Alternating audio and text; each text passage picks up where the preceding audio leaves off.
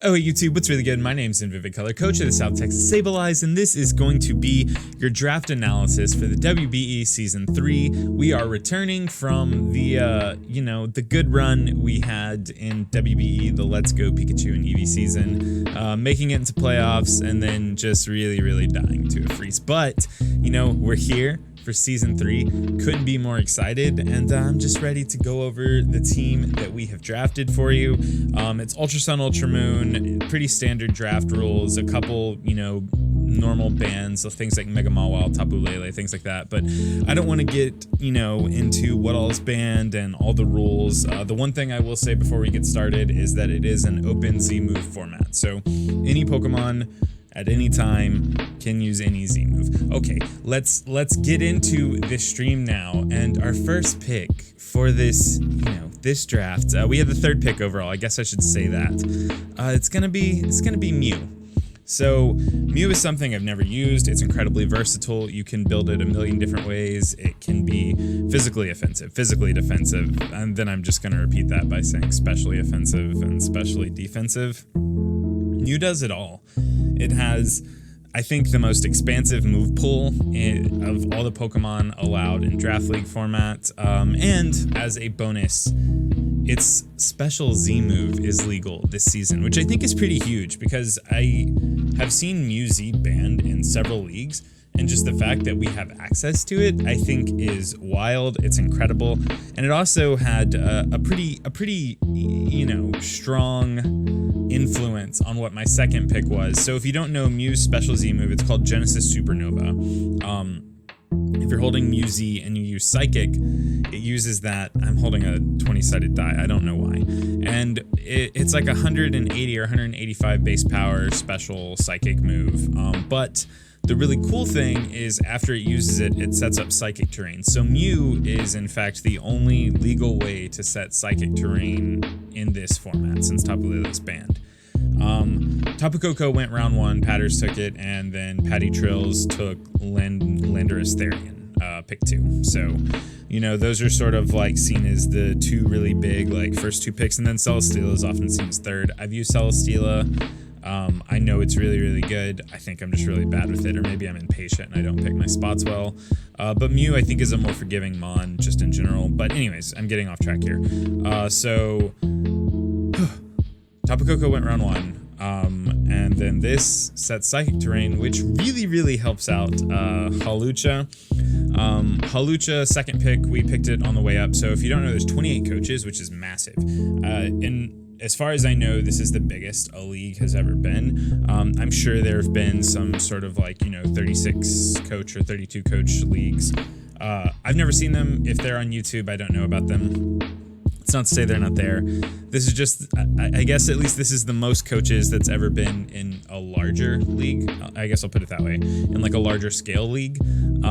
So we had to wait, since I was third pick, I had to wait, what is that, 25, actual 50 picks?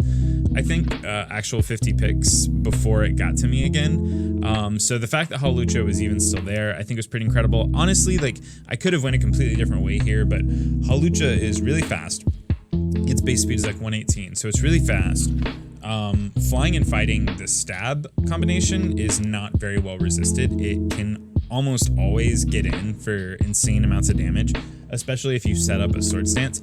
It gets access to Mold Breaker, which can be pretty cute because you can Mold Break past things like Magic Guard or Magic Bounce. I don't know. I think it's Magic Bounce? I think that lets you, that would let me taunt a Magic Bounce user, for instance, or I can Toxic, because you can Toxic Mega Sableye. So Mold Breaker has, some interesting shenanigans. Unburden lets it, I think, basically outspeed the entirety of all the Draft League Pokemon, even everything that could potentially be Scarfed. Maybe you can't outspeed a Scarf Zeraora. I think that's the fastest thing I can think of that's not a Mega. But I think you can.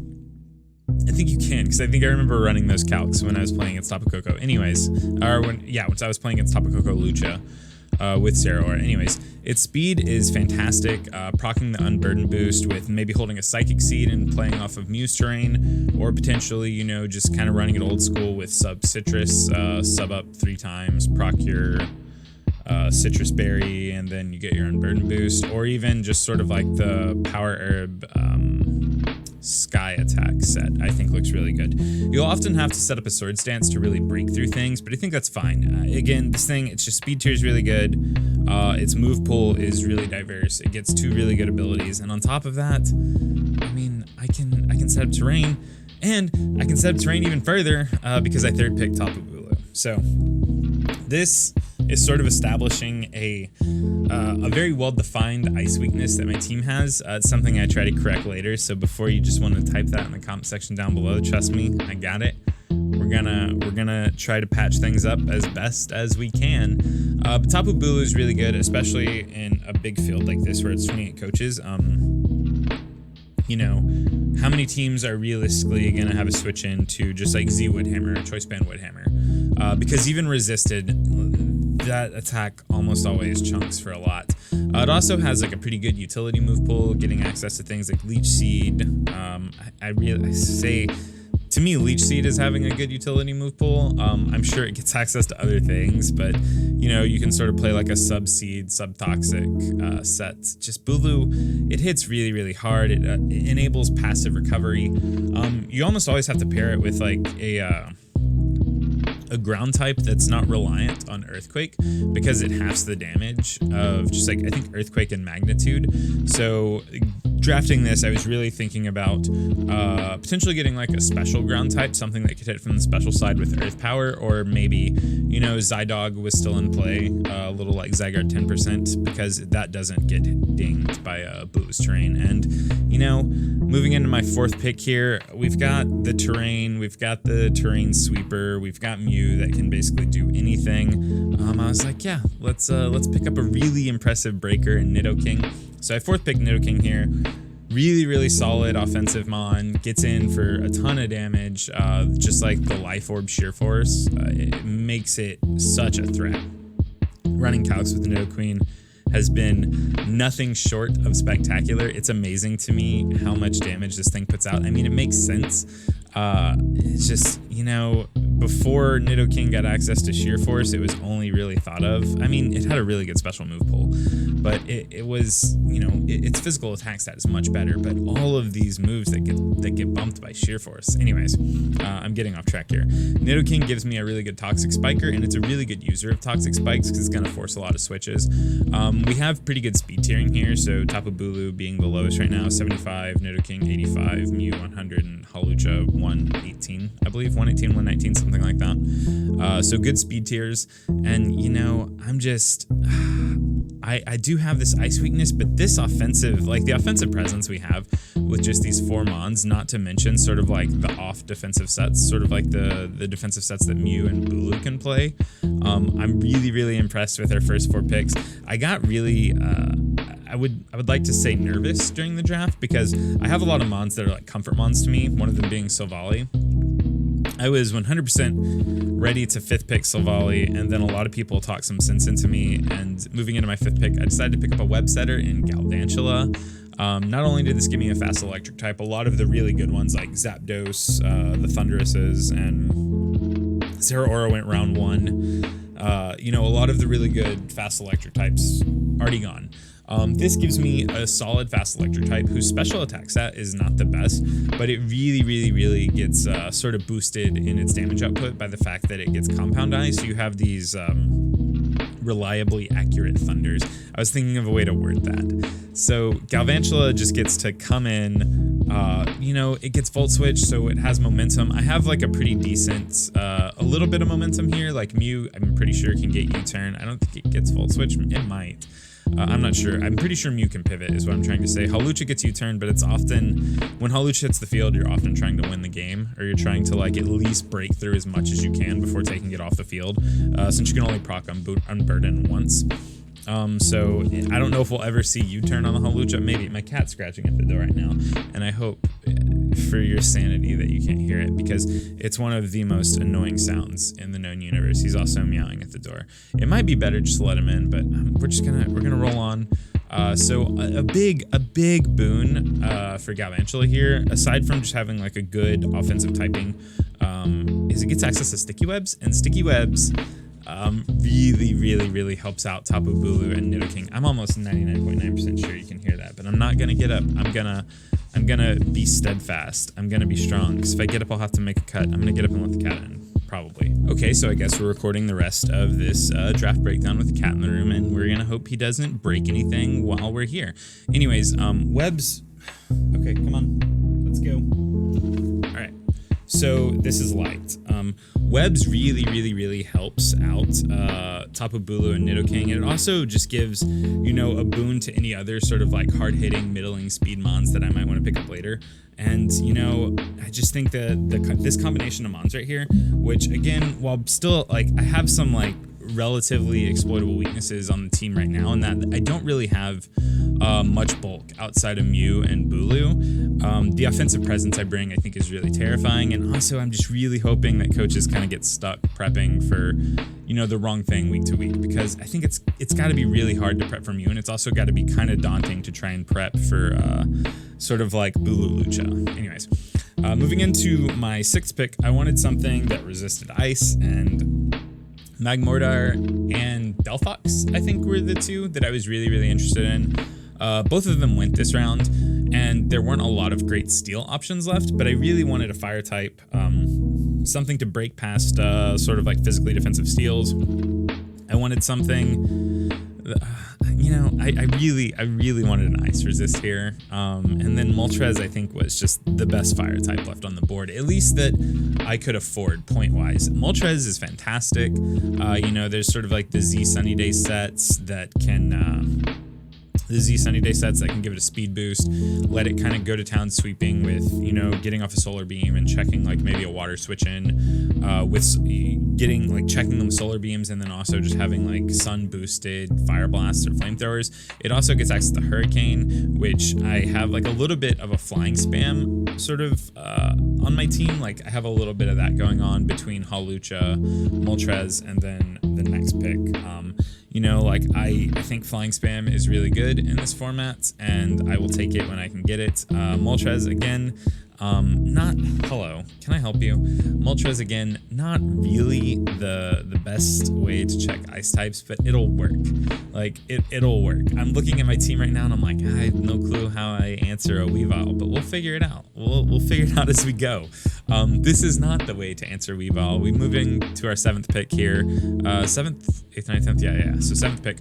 I went ahead and picked up Noivern. It was between this or Drampa. I really wanted Druddigon because, again, I already have a pretty well-defined ice weakness. You know, I've said that a lot, and we really try and patch it up with the last 3 picks, at least to some extent. You know, I wanted a dragon type, because dragons sort of like break up any water, fire, grass cores. They kind of like counteract that entire core for the most part. I mean, at least like those types specifically. Can you stop? Oh my God, letting this cat in was a big mistake, but he was just gonna keep scratching at the door. Come here, let me hold you while I talk. So I went with Noivern because after losing Druddigon, I realized that Noivern's bulk is actually really comparable to Druddigon. Like, Druddigon's not what you would consider a bulky dragon. So I thought, you know, why not? Let's go. Let's just make our ice weaknesses even worse. Drampa was really slow and provided a lot of the same things that Noivern did. Its special attack stats a lot higher, but its speed tier is much worse. They both have access to Roost, so they can heal up. And they both can defog if need be. I just thought this fit the team better. It continued the idea of flying spam, which is something coaches are really going to have to prep for whenever they're playing me. So I snapped it off. Some of this might change. You know, I think we have 7 weeks of free trades, like unlimited trades, and then also free agent moves. I'm not locked into not changing anything on my team. I'm really happy with my end product, I guess I should specify, but I think that there's probably some room for improvement. I don't know if that room exists within free agents, or if I would specifically like have to trade with, some other teams. But just putting that out there, if I change the team at all, I'll let you know. And I think right now I'm just nervous because this is a different style of team from what I've used. Like if you look at this, it's very offensively minded. Very, very offensively minded, and I oftentimes try and I think pick up things that are more in line with like balance, or I wouldn't say stall, but just like more defensive oriented mons, and that's not really what this team is. Can you? Oh my God! Never let your cats in when you're going over your your Pokemons. Never let your cats that are ferociously annoying. And how can I help you in life? How? What do you want from me? So moving into the 8th pick, we picked up Alolan Sandslash. This was the one Pokemon left that gave me access to a Steel type, which is something I was lacking. That was affordable by me, and the points I'd spent thus far. Gives me access to a Rapid Spinner, which is something I didn't have. And when I have things like Toxic Spikes and Sticky Webs, I really like having access to Rapid Spin. Also gives me another Stealth Rocker, because up to this point, I think it's Nidoking and Mew are the 2 rock setters that I have access to. So it gives me a Stealth Rocker, a Rapid Spinner, really good offensive typing, or at least having like Ice type Stab is really good offensively. Steel, not so much, but it does give me a way to check fairies, and I understand it has a pretty substantial weakness to fire and another pretty substantial weakness to fighting, but up to this point, if you look at my team, every mon I drafted before Alolan Sandslash actually resists fighting, so I'm not necessarily concerned about its fighting weakness. Its fire weakness is something that I'll have to take into consideration week to week when I'm building, because I think the only resists I had before that were the Noivern and the Moltres, so the 2 I just drafted. So the fire weakness is a little bit more prominent than the fighting weakness on this team, at least. But yeah, it gives me, the spinner. It can, if I set up Hail, it can double its speed. Spoiler, I don't draft Mega Sharpedo. I don't pick up any way to set up Hail for it. I don't think of Alolan Sandslash as a fantastic cleaner or finisher, even when Hail is up. With a Mega Sharpedo, I could see how it would be good, and maybe later on down the line we make that decision, we snap that off, but that would come with I think larger overarching team changes. Overarching, is that the right word? Let's move on. 9th pick, picked up Barbaracle.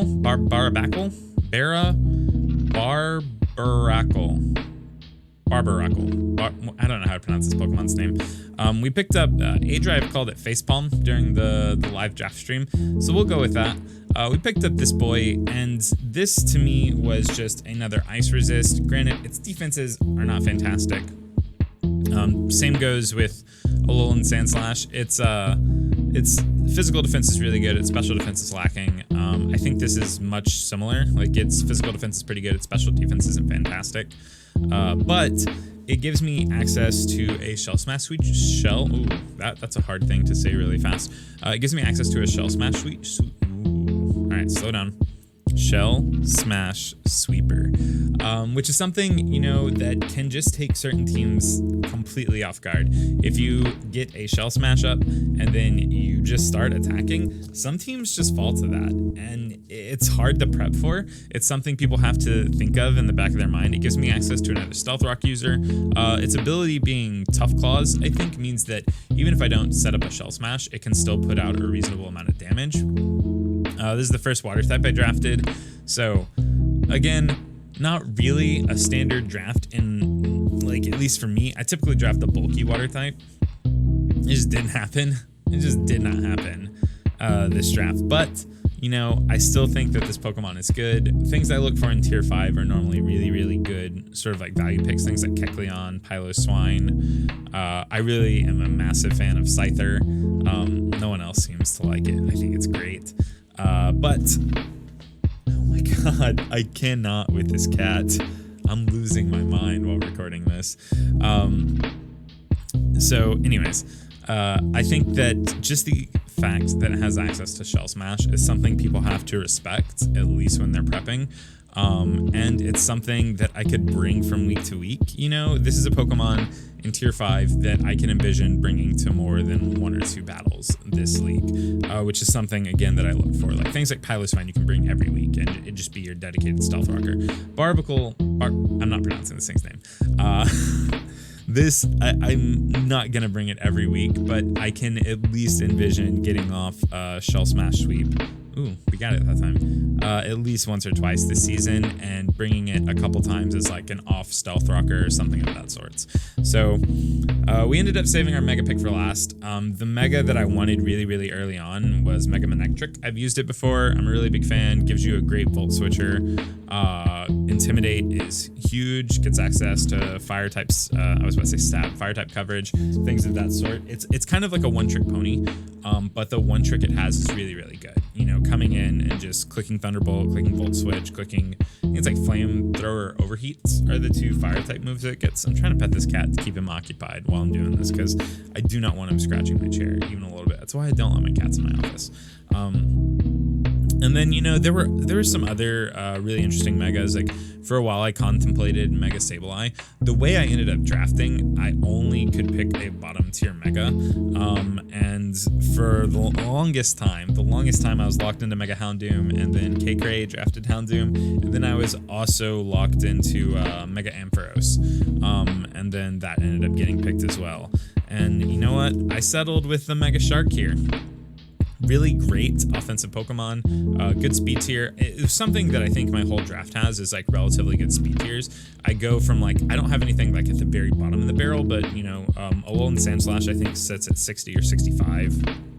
Barbaracle, things like 68, and then it just, you know, kind of 75, 85, 100, Moltres is 90, Muse 100, this is 105, Hawlucha 118, and then the Noivern with 123. So I've got the full range of speed tiers here. This technically gives me another Ice Resist, though I don't think this one counts as much. I don't think this one counts even a little bit.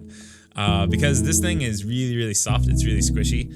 But having like a really, it's not blazing fast, but it is a fast offensive dark type.